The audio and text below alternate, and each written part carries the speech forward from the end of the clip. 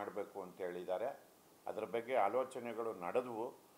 ಎಲ್ಲೋ ಒಂದು ಕಡೆ ಅದನ್ನು ಎಲೆಕ್ಟಿವ್ ಆಗ್ತಾರಲ್ಲ, VTU ಆದರೆ ನಿಜವಾಗ್ಲೂ ಅವರು ಲೆಟ್ರ್ ಬರೆದಿರೋದು ಒಂದು ಒಳ್ಳೆಯ ಉದ್ದೇಶದಿಂದ ಬರೆದಿದ್ದಾರೆ.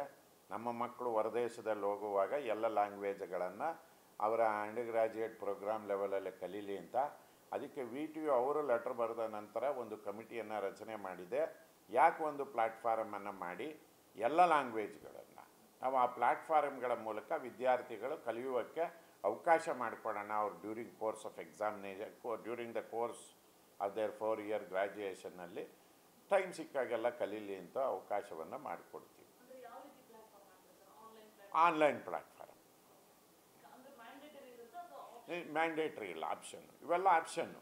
ಅವನಿಗೆ ಕಲಿಬೇಕು, ನಾನು ಹೊರಗಡೆ ಹೋಗಿ ನಾನು ಇಂಗ್ಲೇ ಹೋಗ್ಬೇಕು, ಜರ್ಮನಿಗೆ ಹೋಗಬೇಕು ಅಂದರೆ ಜರ್ಮನ್ ಲ್ಯಾಂಗ್ವೇಜು, ಅಥವಾ ಸ್ಪ್ಯಾನಿಷ್ಗೆ ಹೋಗಬೇಕು, ಫ್ರಾನ್ಸ್ಗೆ ಹೋಗಬೇಕು ಅನ್ನೋದಿದ್ದರೆ ಸ್ಪ್ಯಾನಿಷ್ ಲ್ಯಾಂಗ್ವೇಜು, ಇವನ್ನೆಲ್ಲ ಕಲಿಯುವಂಥ ಪ್ರಾವಿಷನನ್ನು ಮಾಡಬೇಕು ಅಂತ ನಿಜವಾಗ್ಲೂ ಅವ್ರ ಪತ್ರ ಒಳ್ಳೆ ಸಜೆಷನನ್ನು ನೀಡಿದೆ.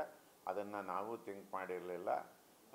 ಆ ಆ್ಯಂಗಲಲ್ಲಿ ಇವಾಗ ಯೋಚನೆ ಮಾಡಿ ನಾವು ಇಮ್ಮಿಡಿಯೇಟಾಗಿ ನಾನು ಆಗಲೇ ಕ್ರಮ ಜರುಗಿಸಿದ್ದೀನಿ ಅವರ ಲೆಟ್ರ್ ಮೇಲೆ. ಬಟ್ ಎಲೆಕ್ಟಿವ್ ಆಗಿ ಕೊಡೋಕ್ಕೆ ಬರಲ್ಲ, ಬಟ್ ಅವ್ರಿಗೆ ಕಲಿಕೆಗೆ ಅವಕಾಶ ಮಾಡಿಕೊಡ್ತೀವಿ. ಆನ್ಲೈನ್ ಟೀಚಿಂಗ್, ಕಂಟೆಂಟ್ ಇಂಟ್ರಾಕ್ಷನ್ನು ಇರ್ತವೆ.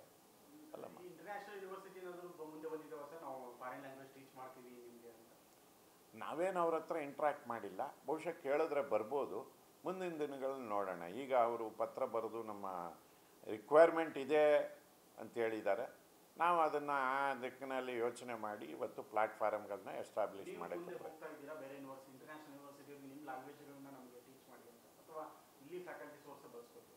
ಅಲ್ಲ, ನಮಗಿಲ್ಲಿ ಆ್ಯಕ್ಚುಲಿ ಎಲ್ಲ ಕಡೆ ಸುಮಾರು ಆಲ್ರೆಡಿ ಏಜೆನ್ಸೀಸ್ಗಳಿದ್ದಾವೆ, ಲ್ಯಾಂಗ್ವೇಜನ್ನು ಕಲಿಸೋ ಏಜೆನ್ಸೀಸ್. ಅವ್ರನ್ನ ಯೂಸ್ ಮಾಡಿಕೊಂಡು ಒಂದು ಪ್ಲ್ಯಾಟ್ಫಾರಮನ್ನು ರೆಡಿ ಮಾಡೋಕ್ಕೆ ಆಲೋಚನೆ.